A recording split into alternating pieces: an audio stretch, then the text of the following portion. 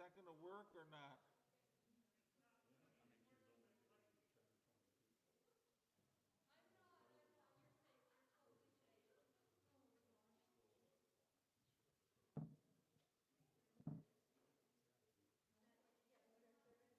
I need one, please.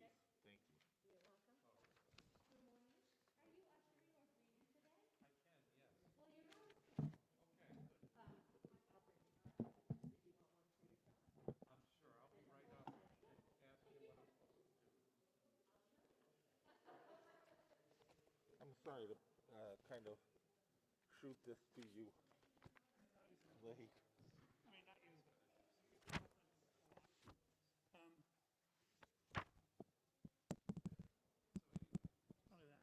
And this will come only at the offertory.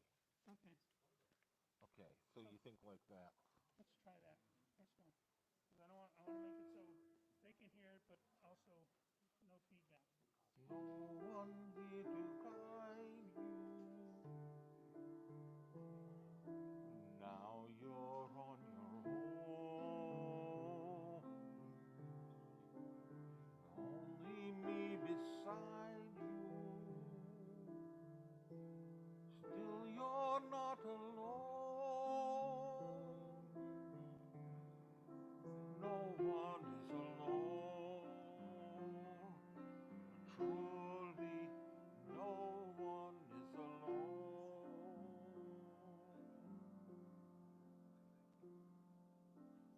Sometimes people leave you halfway through the wood. So, one question, Paul.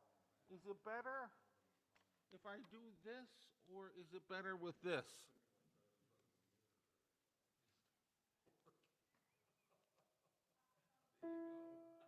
Sometimes people leave you halfway through the wood. Others may deceive you. You decide what's good. You decide alone. Which do you think is better? I don't hear much there. Can you try it again? I guess they want to know if this speaker's on. You decide alone. No? But no one is alone.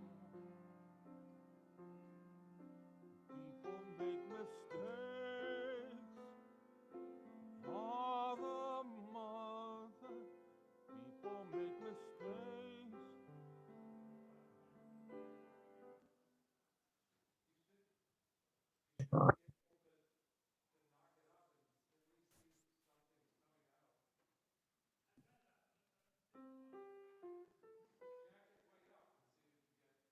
Test, test, test. So maybe it needs to be closer.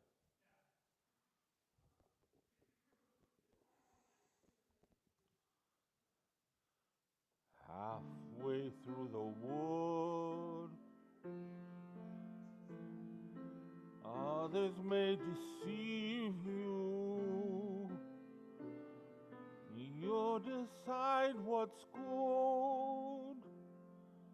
You decide alone. But no one is alone.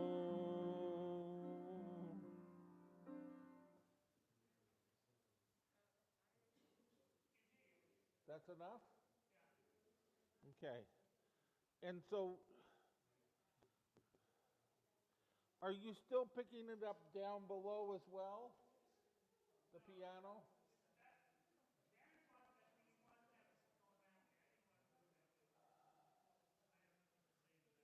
Okay, so should I put it over the piano in the beginning and then flip it over towards me for that part of it? Okay.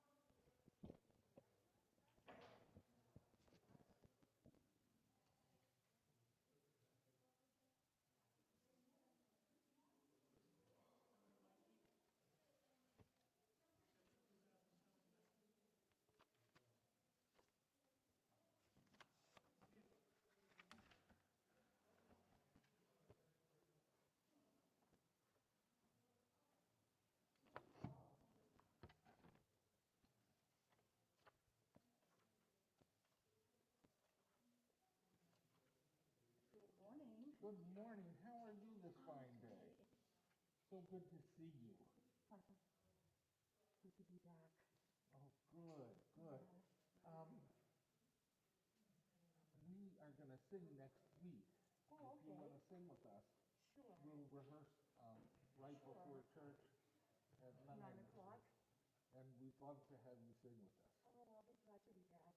Beautiful, beautiful. It's been a very long time. It has been, but it feels like it's coming back. It is.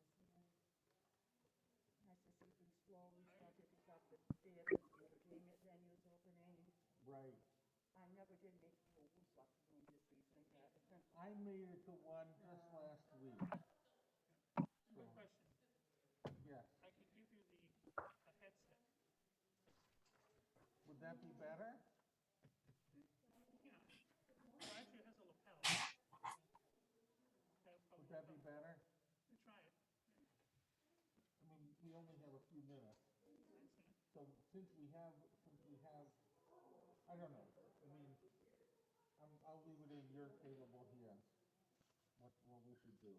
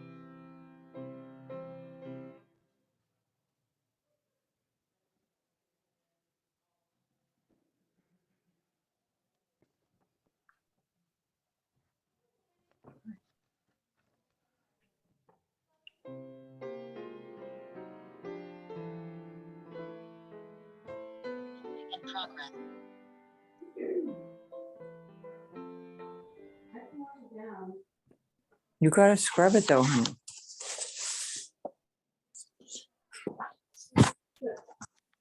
It's not gonna go. It's not gonna go away just by washing it down because this stuff is.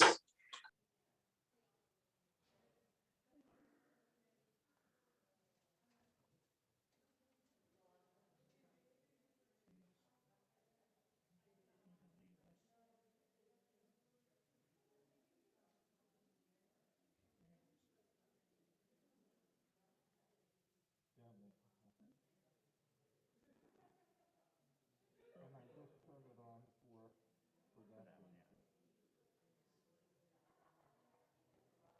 And facing up, right? Yeah. Otherwise, you have the curve on either side. No, do that one, yeah. Flip it around the other way. Just right up on top. Make sure that the, But the green light is on. oh, it's not a green light. Yeah, that's the, that can mute it. Okay, the red.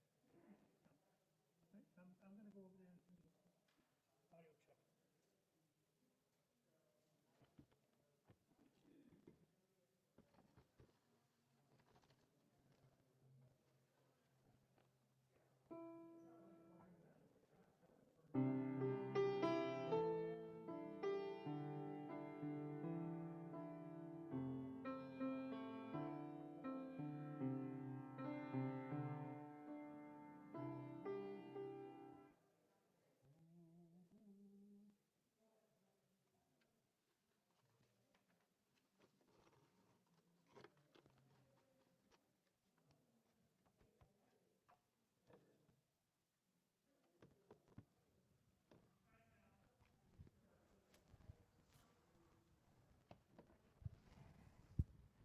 Test, test.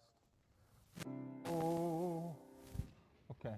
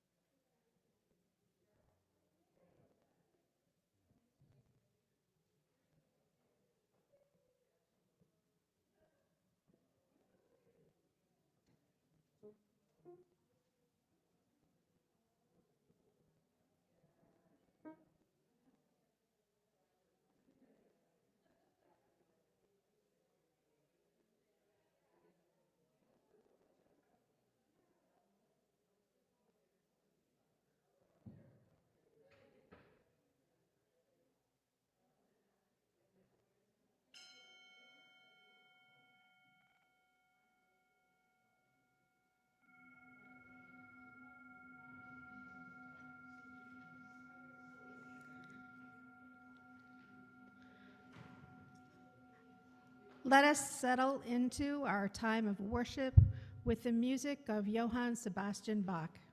You are also invited to light a silent candle of joy or sorrow at this time.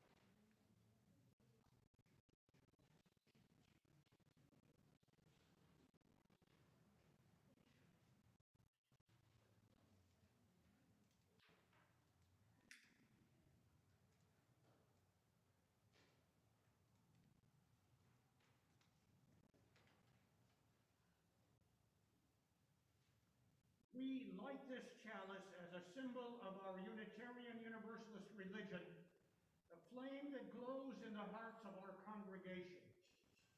It is the bright light of our search for the truth. It is the warm glow of our dedication to caring. It is the gift of the past to the present, and will be our gift from the present to the future. Long may it light up and warm this church and shine in the larger community.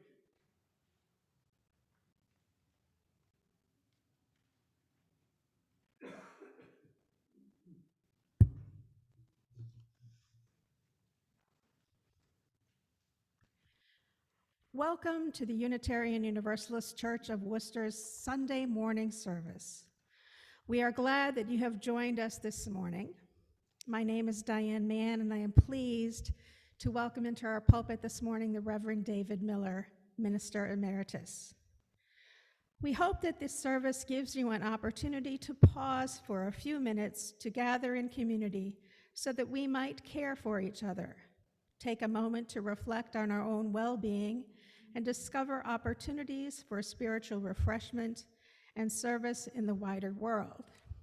I also hope that you will join us for Self-Care October at 12 o'clock in the lounge, where Wendy O'Leary will be doing a program on meditation. Large print hymnals and orders of service are located in the foyer, as well as hearing devices and pew cushions for those who would find any of these helpful. Please see one of our ushers or greeters for help locating any of these. For those of you joining us online, for safety purposes and so that we might come to know you better, as you are able, please list your name on your video feed. Please note that this service is being live streamed on Zoom and Facebook, as well as being recorded for future availability on the church YouTube channel and our website worship archive. We extend a very special welcome to newcomers this morning and invite you to fill out one of the cards found in the pews. You are welcome to drop the card in the offering plate or leave it in one of the boxes here in the sanctuary, fellowship hall, or in the sanctuary foyer on the door, or with one of the connections team members. So if you folks would raise your hand, do that. Hi, Sherry and Maura. Due to the pandemic, we are foregoing the collection of children's Change for Change in person. However, there is a basket next to the Joys and Sorrows candle bowl for those who would like to contribute change to assist with the church emergency fund this morning. Following the service this morning, you were invited to join us for a time of fellowship under the tent out front following the service. The rumor is it is Soup Sunday today. Once again, welcome and thank you for joining us this morning.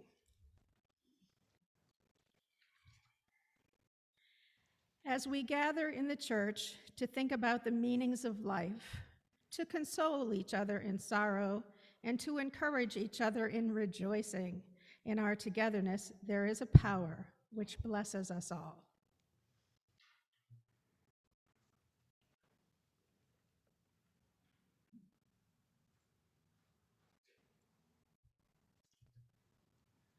In the gray hymnal is hymn number 374.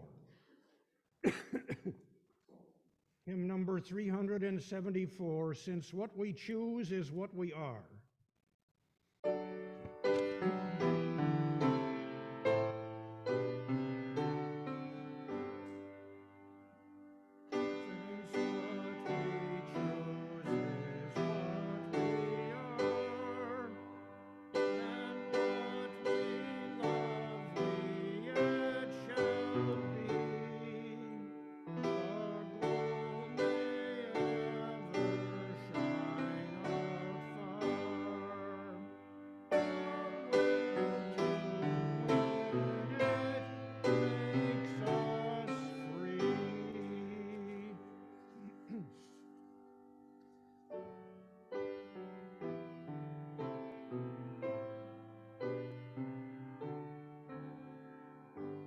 You may be seated.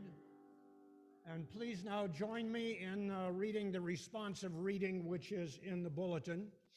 The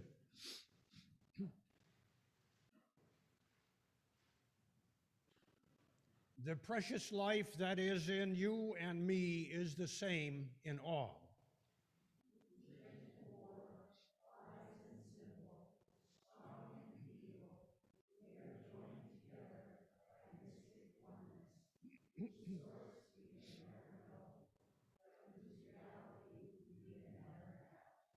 When one suffers, we all suffer.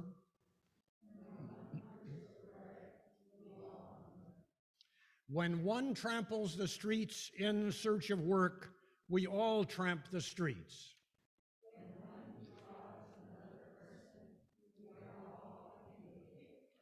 When one destroys a human life, we all share the guilt.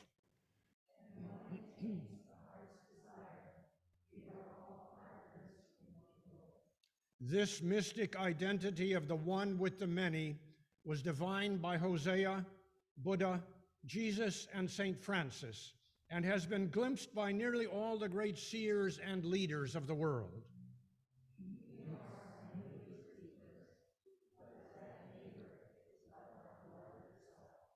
Let a sense of our vital unity with all persons everywhere possess our minds and hearts.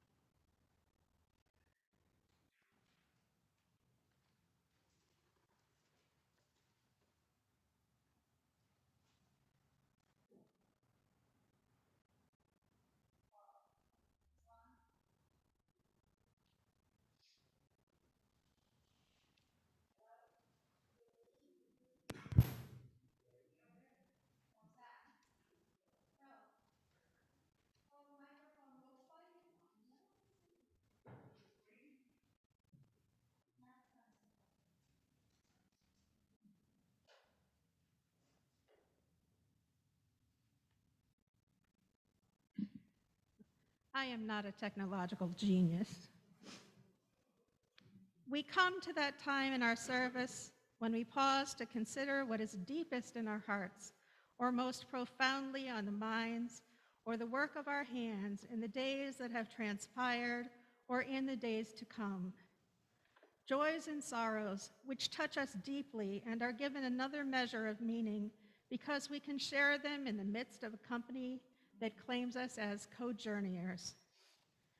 Those of you who have a joy or sorrow to share this morning are invited to come, form lines on either side of the sanctuary, come in turn to the microphone, telling us first who you are, so those using our auditory enhancement devices might also participate in this important ritual, and then light a candle if you so desire. If you would like me to read your joy or sorrow aloud, please bring it with you on an index card from the pew. If you are joining us online this morning and have a joy or sorrow to share, please put it in the chat preceded by "please read" so that it can be found quickly, and we will share it during this time. Are there joys or sorrows to be shared this day?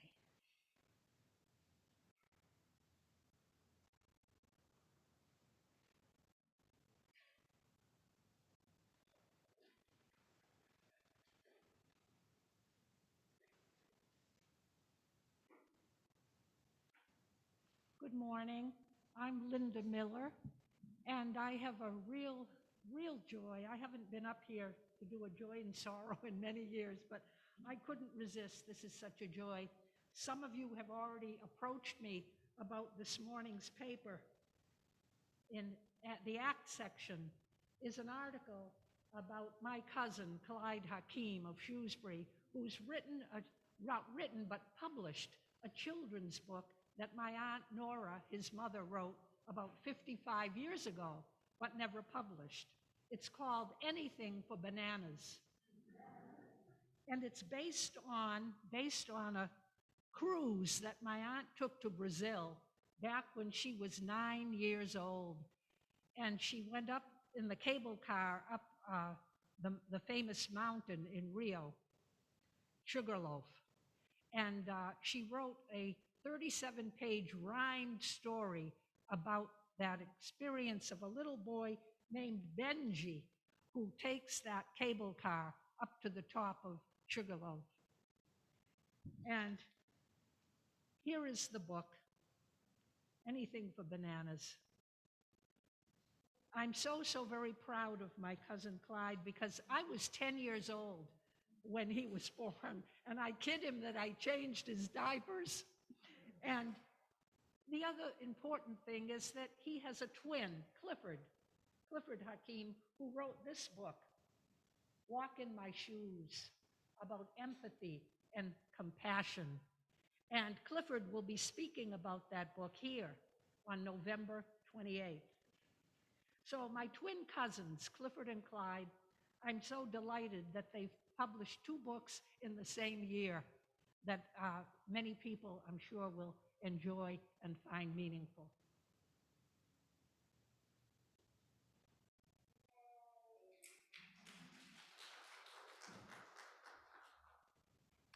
Hi, my name is Lowell. I've been a UU member my whole life, and I have a sorrow to share. My grandmother just passed on Friday night. She was 96, and I'm not sure what else to say beyond that.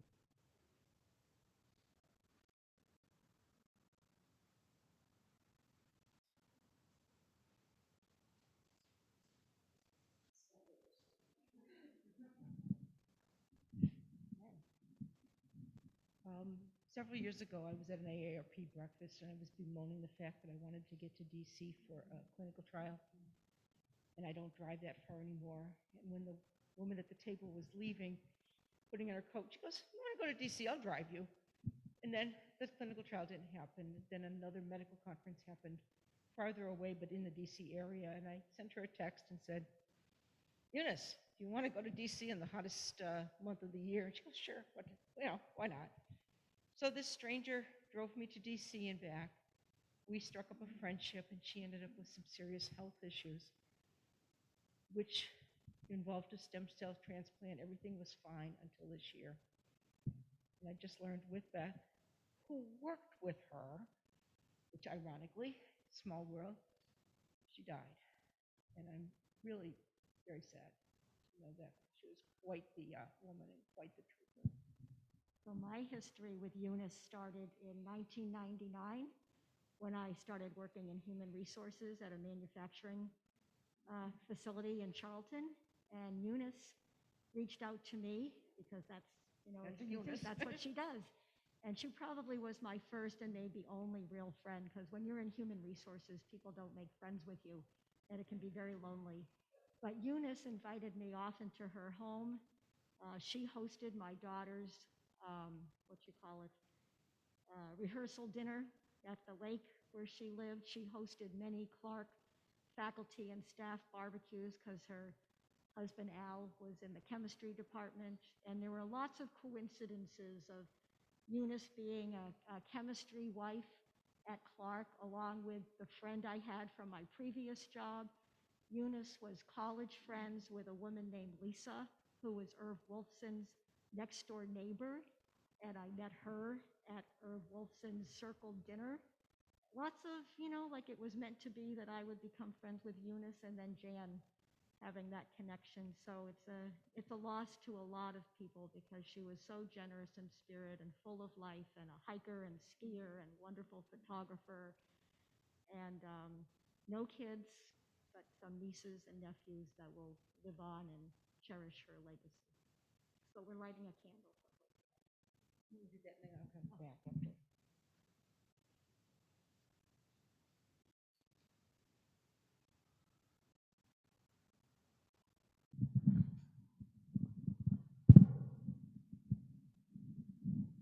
Good morning, I'm Kim. Just want to say I had a major joy yesterday.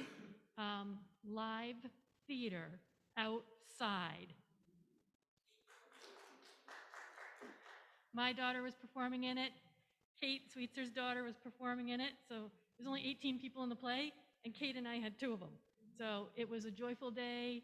All the parents out on the lawn, socially distanced, mini masked, and it was just so great to see these kids doing the same thing. I mean, I've been doing theater my entire life. My whole family does. And it was so great seeing my daughter get that same joy of meeting some new friends, learning Shakespeare for her first time, and having a wonderful time. So, yay, live theater's back.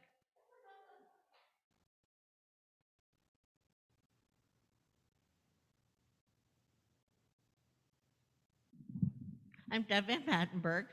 We have a huge joy. Our younger son, Michael, and fiance, Gabrielle, had a baby 5 weeks ago, a little boy. His name is Michael Jr. And my dad was Michael, and my son, Mike, never met him. And so he wanted to carry on the legacy. So we have little MJ, and everybody's doing great. And, you know, they live around the corner from us, 7 houses down. So every day when they walk the baby and the dogs, I get to run out and peek in and say hi. So it's really great.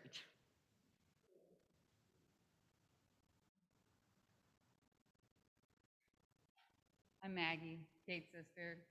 Thank you for having me again. It feels like home away from home.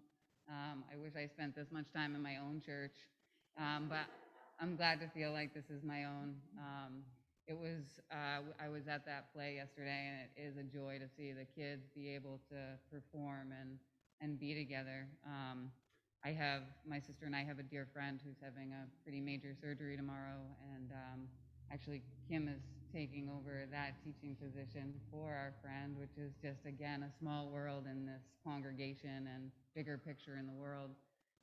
So my heart goes to her and her family while she recuperates from a major surgery. And I know I'm wearing the wrong colors today, but Tom Brady and the Buccaneers are in town for the Patriots game. I'm a big football fan, but my number 12 is Aaron Rodgers on the Packers. But I'm really excited for football today because Tom Brady's back in Gillette, and I honestly hope they lose. Just for that rookie quarterback in Gillette and Bill Belichick, but we'll see.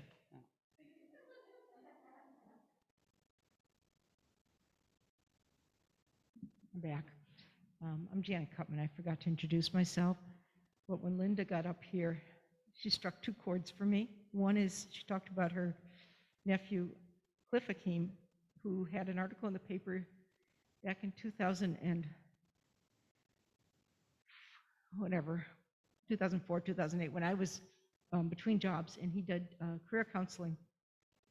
And I couldn't find the article after I wanted to cut it out, but I forgot to. So I went to the TNG. They gave me the article. I come back to my house. Betty is sitting at my house. She took a picture of him, of course, and said, "Oh, that's Linda Miller's nephew." Linda called Linda. Linda gives me his number. I call him. He was wonderful as a career counselor. I can share with you anybody who's going through a job change. His core belief system helped me immensely. Speed forward. That's number 1. The world is tiny. Number 2, I have a place on a lake. I have a new neighbor. I keep saying church, church, church. Finally, she said, "What are you talking about?" I said, "UECW." She goes, "You are kidding me." She went here as a youth. She knows you too. Her name was Brenda. I don't know what name she went with as a teenager, but this was a very, very important period of her life for her. So it is a tiny world.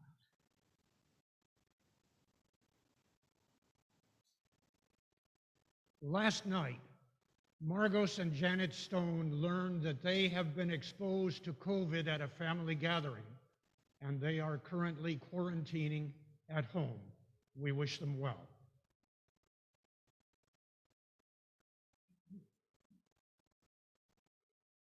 Are there any joys and sorrows online this morning?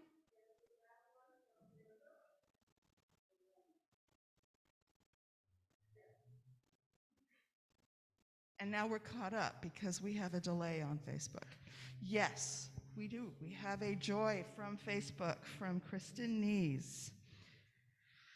Yes, I give you all such great credit, and I got to spend time with my nephew Evan yesterday. He's so cute. None on Zoom. Thank you, tech team, for all the work you do. Spirit of life and love, source of our inner and outermost being, we give thanks this day for the many joys that brighten our days, like too many bananas, and fill us with gladness for all we are and are becoming.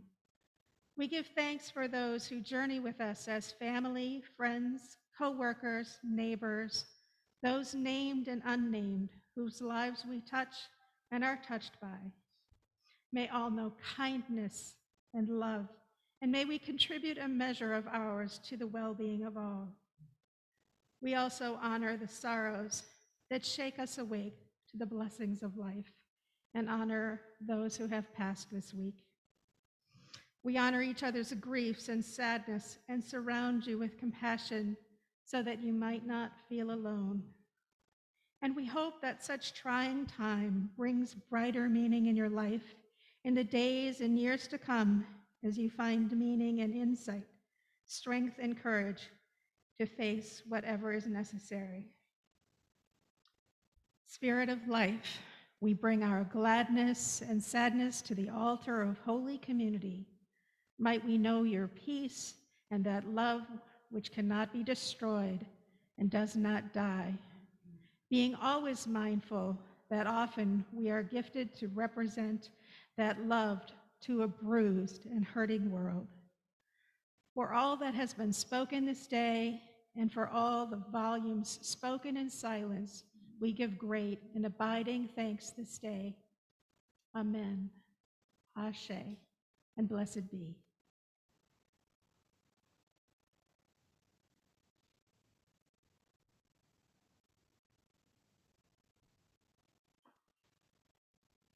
Excuse me while I consult my notes.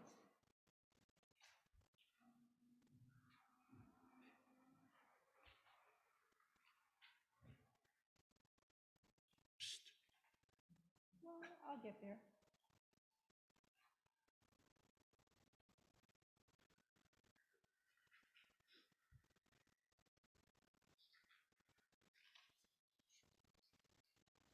We pause once again in our service for another kind of offering, one that reflects the values and principles we hold dear, that which is symbolic of our own efforts and capacities, a financial offering to continue the mission and ministries of this congregation. I invite you to participate in our offering as the plate comes before you, and give as it makes you feel good. For those newest among us, please consider this service our gift to you this morning, and do not feel obligated to contribute financially at this time. For those joining us online, you are welcome to participate in our offering by either texting 508-232-5331 or by visiting www.uucworcester.org/donate and following the instructions given there. At this time, the morning offering will be received.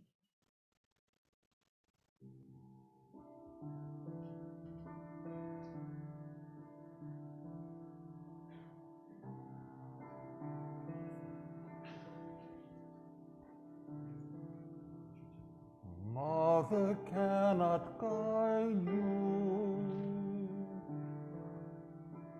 Now you're on your own. Only me beside you till you're not alone. No one is alone. Truly no one.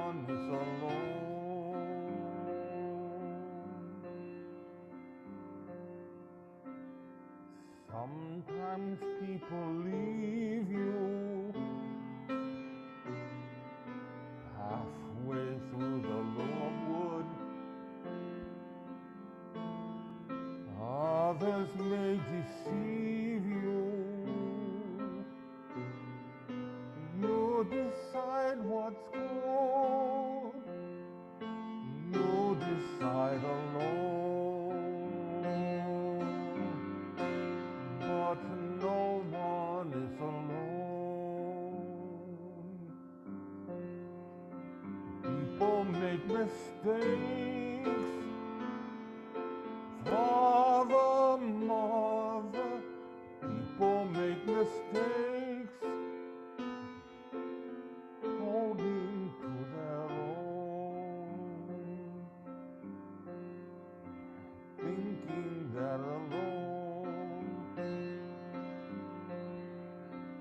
Honor their mistakes, for everybody makes one another's terrible mistakes. Witches can be right, giants can be good. You decide what's right, you decide what's good. Just remember, someone is on your side. Someone else is not. While you're seeing your side, maybe you forgot they are not alone. No one is alone.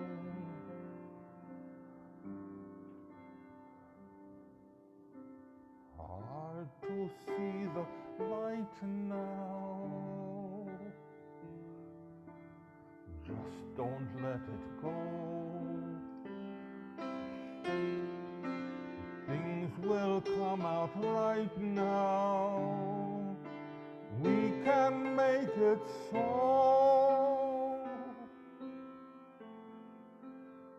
Someone is on your side. No one is alone.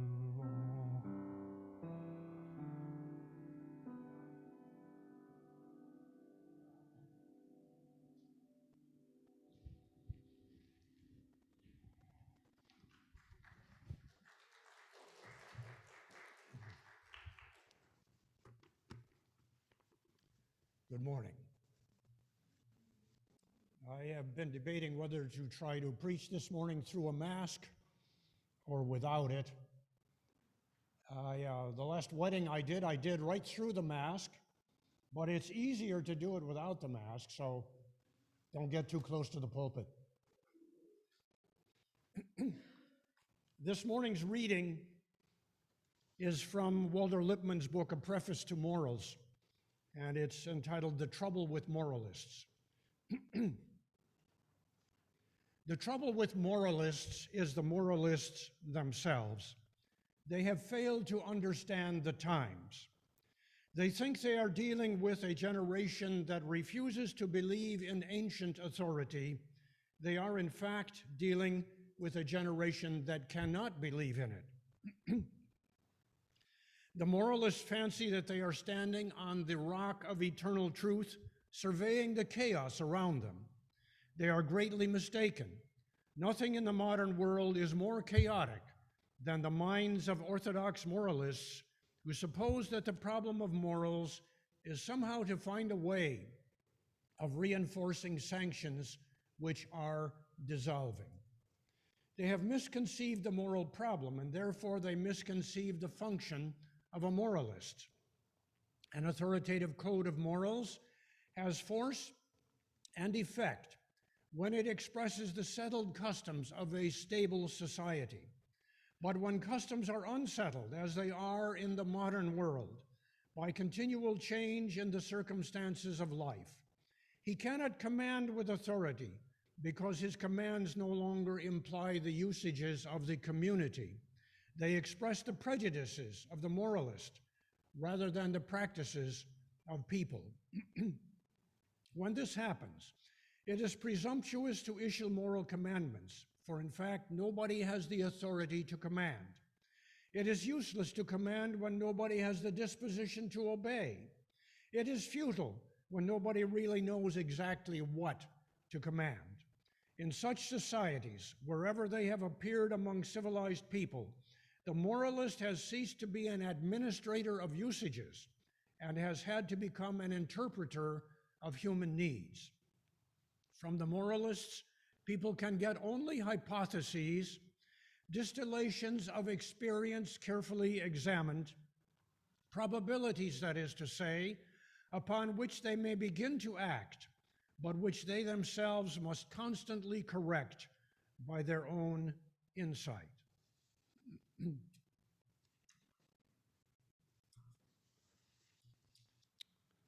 So this morning I want to talk to you about 4 questions that we may ask when we are faced with a moral issue. Already in the Roaring '20s, the year 1929, Walter Lippmann observed that the moral codes that in past times had told us what to do were no longer working. It is even more apparent in our own times that the clashing cultures and pluralism of a global society have undercut the moral certainties of the once dominant Western European Christian culture. We are living in a time of transition in which the old moral verities are being challenged and discarded, and a changed moral order with new moral standards is struggling to emerge.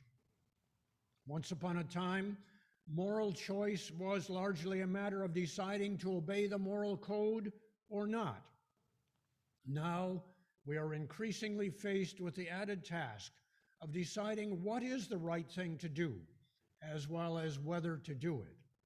And today I will suggest and comment on 4 questions which can help us to examine the moral challenges that we face. Based on the insights and teachings of some of humanity's great moral geniuses, these 4 questions can help us to know what is right and to choose to do it. Morality serves a social purpose and is meant to meet human needs. In stable times, society arrives at a consensus about the moral rules and regulations that seem best to meet human needs. The consensus tends to find expression in moral codes, codes whose provisions are very specific and detailed. Do this, don't do that. In such times, moral living is comparatively easy because people know what is right and what is wrong and what is expected of them, even if they don't always choose to behave accordingly. But in unsettled and changing times, such codes are revealed to be too specific and too detailed, too closely tailored to the circumstances and viewpoints of a particular age. Then they may become irrelevant to human needs in a world that is changed and still rapidly evolving. What Lippmann wrote about back then is still true today. Young people are very interested in moral questions, but much in the old codes is irrelevant to their lives. In fact, this is true not only for the young, but more and more for people of all ages. In our fractured and polarized contemporary society, there is no unified moral code to guide us, and we have conflicting opinions from many sources. There is no voice that speaks with unimpeachable authority, for authority derives from the consensus of the people. And as Lippmann wrote, commandments without consensus express merely the prejudices of the moralist, only adding to the hubbub of claims and counterclaims, and at worst becoming a type of tyranny, even forming an unholy alliance with political tyranny. People in an unsettled age must make their own decisions. They cannot rely on the moral codes of the past, made irrelevant by the radical changes in society and in science, in the past 100 years. In such an age, as Lippmann wrote, the moralist has ceased to be an administrator of usages and has had to become an interpreter of human needs. In fact, in an unsettled age, we all need to become interpreters of human needs. Yet there is some advice from the past, emerging out of ages of human struggle with moral questions, that is still generalized enough to be meaningfully applied to new situations. As Lippmann wrote, referring to the generality of men and women, from the moralists they can only get hypotheses, distillations of experience carefully examined, probabilities, that is to say, upon which they may begin to act, but which they themselves must constantly correct by their own insight. We turn now to those four advices, those hypotheses, distillations, or probabilities, which can be very helpful to us as we constantly correct them with the light of our own insights into life. Then what are these four questions, and what are their implications? First, when faced with a moral choice, ask about each of the alternatives. Will it make me a better person? The thought that gives rise to this question had its origins before the advent of history, and so the author is unknown. The idea was conceived by an unnamed Hindu sage, and it was called karma. It is the law of moral consequences, which states that everything that we do affects us for good or for ill, that good actions have a good effect, and that bad actions have a bad one. And this insight was included by the Buddha as one of the foundation stones of his teaching. Put another way, it means that we become like what we do, or as our hymn sang this morning, what we choose is what we are. Of course, this is not the final word on moral decision-making, for it throws us back on our own resources. That is, we must have some idea of what is good and what a good person is, but it remains a useful guideline. Will it make me a better person? Second, what would my neighbor want? This question is at the bedrock of both Christian and Jewish moral teaching. Jesus said it repeatedly in several contexts, "You shall love your neighbor as yourself." The Rabbi Hillel made the following summation of the moral law: what you would not have done to yourself, do not do to your neighbor. Here we're talking about the golden rule and its numerous variations, which can be applied whenever our decisions are likely to have an effect on some other person, near or far. For neighbor here is a big word, signifying every person on whom our actions may have an effect. Now, the golden rule is somewhat of an oversimplification because no two people are exactly alike. Yet it is a good practice to ask ourselves how we would feel in the other person's shoes. The humanity we have in common helps us to understand. If we remember also to ask how the other person may be different from us, we can find a sensible guideline in the question, what would my neighbor want? And the third question is, will it hurt someone? This question embodies the principal concern of what is called the morality of non-injury, which shows up quite prominently in the Hindu religion. There, all life is sacred, and all life is seen as being cut from one cloth. Thus, to hurt others is ultimately to hurt oneself. Schweitzer's reverence for life is a Western variation on the same insight. In different form, the same standard has been applied to various contemporary issues. More than half of these United States have legalized the possession and use of marijuana in whole or completely. And the reason behind these reforms is twofold: that the person who is using pot is not hurting their neighbor, and society's criminalization of users does more harm than good. And the Vietnam-era slogan, "Make love, not war," reflected also non-conforming attitudes toward two contemporaneous problems. It argued that war is obviously hurtful and has no winners, and little good ever comes from it.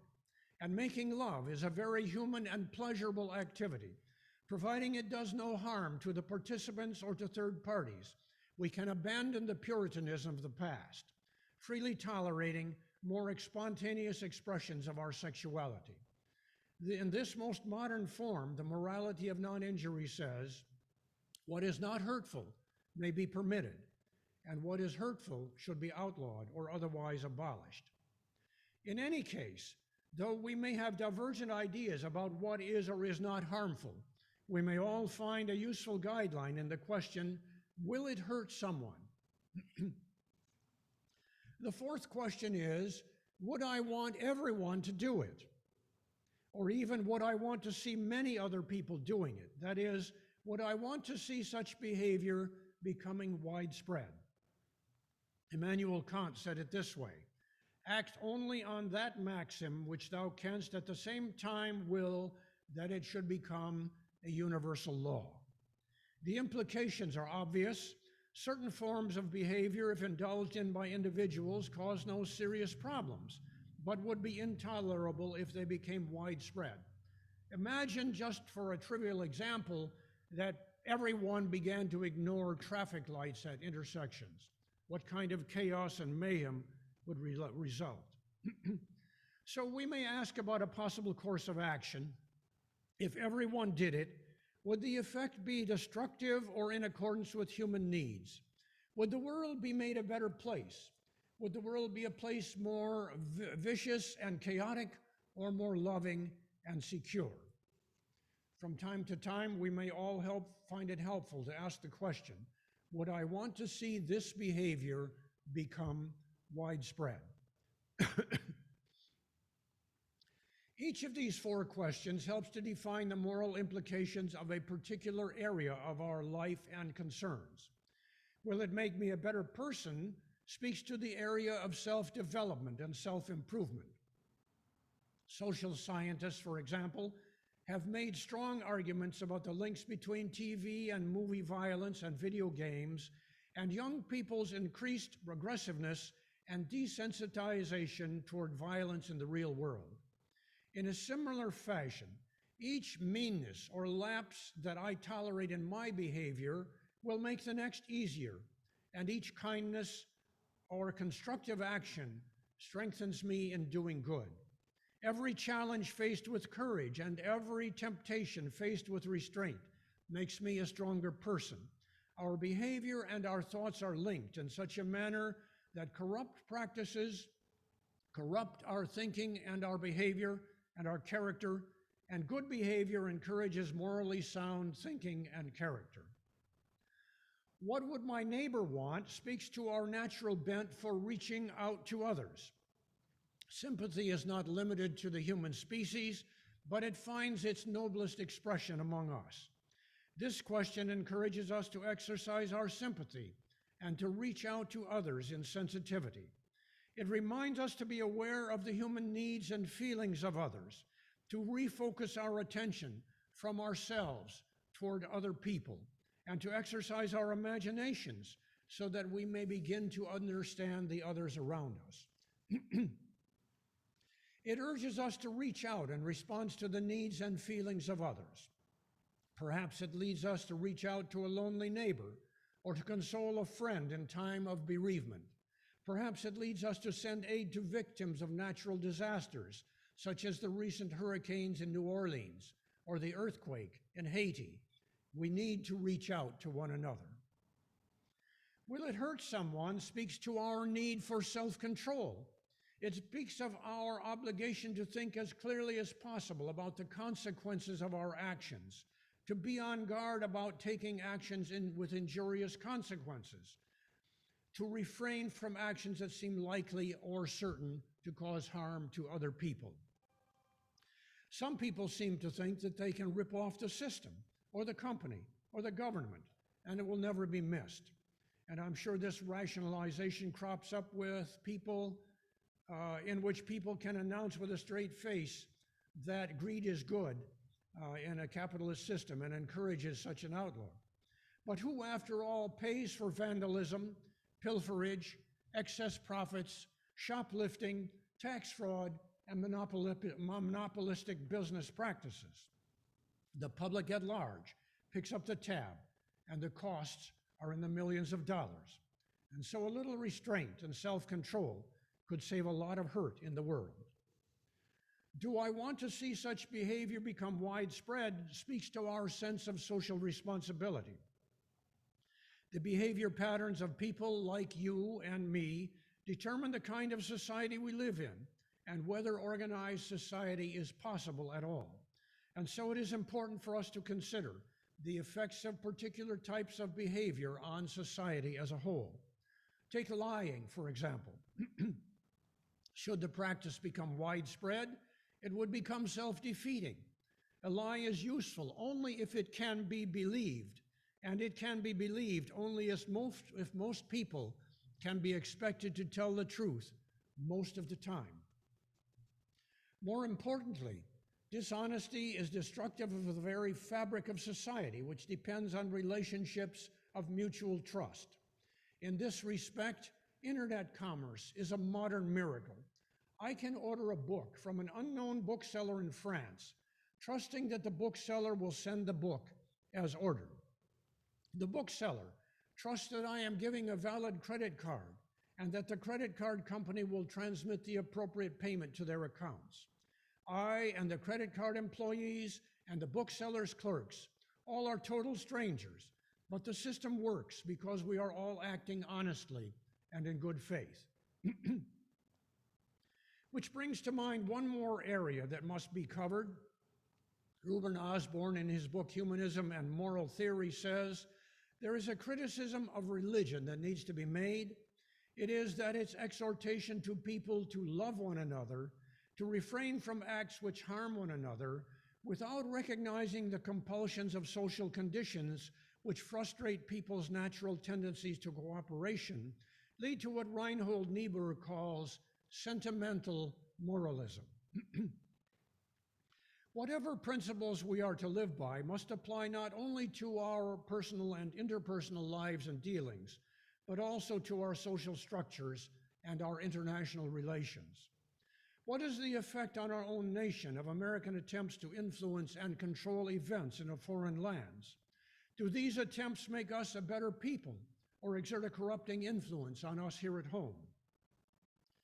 Do the spying of governmental agencies on our own citizens and drone strikes in foreign lands that routinely kill innocent bystanders make ours a better nation or corrupt our thinking and our behavior?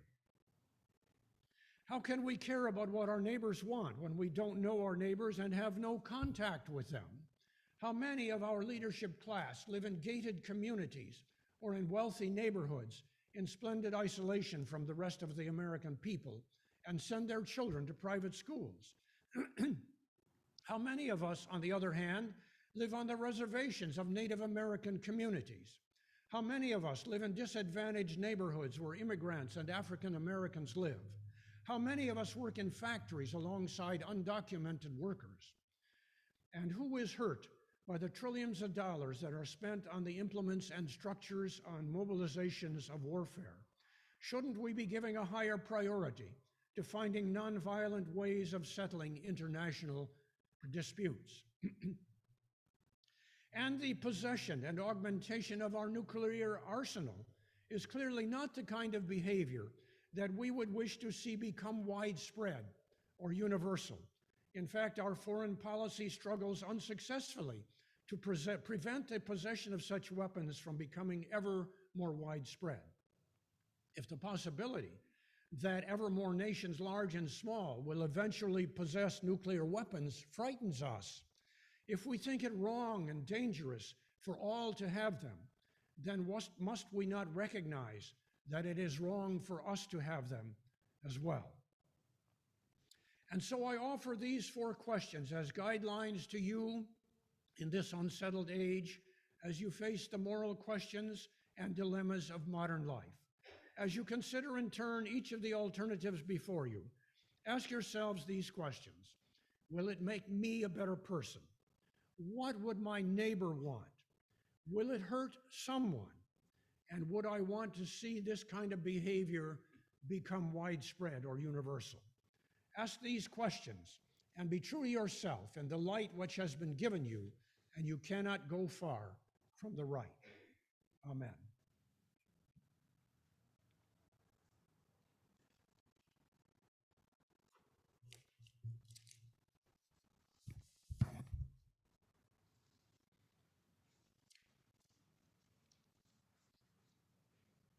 Well, I think it's time for the benediction. I can't remember. Life's victory lies in living well today, in being true to ourselves and our values, in feeling the power of love in our hearts, and in rejoicing every day in goodness of life. Amen.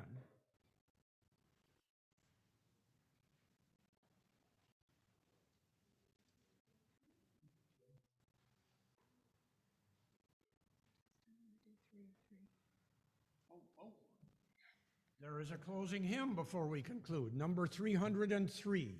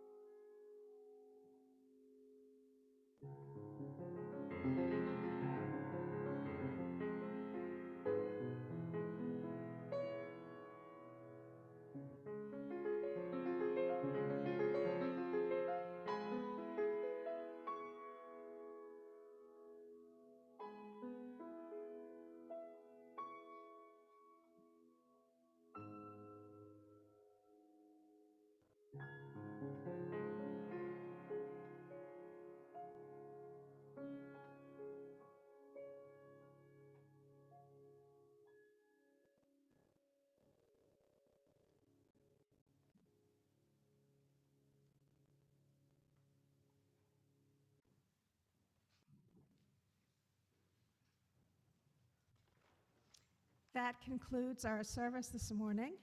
I want to thank Minister Emeritus David Miller and Matt Johnson for their gifts. If you are online, I believe we will continue to have a chat room there for people to discuss whatever they'd like to discuss. For their further nourishment, I believe there's soup for Soup Sunday out in the tent. And at noon, Wendy O'Leary will be in the lounge talking about meditation. Thank you.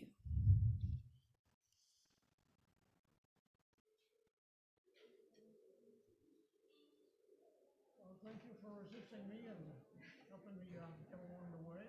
Yes, and I messed up.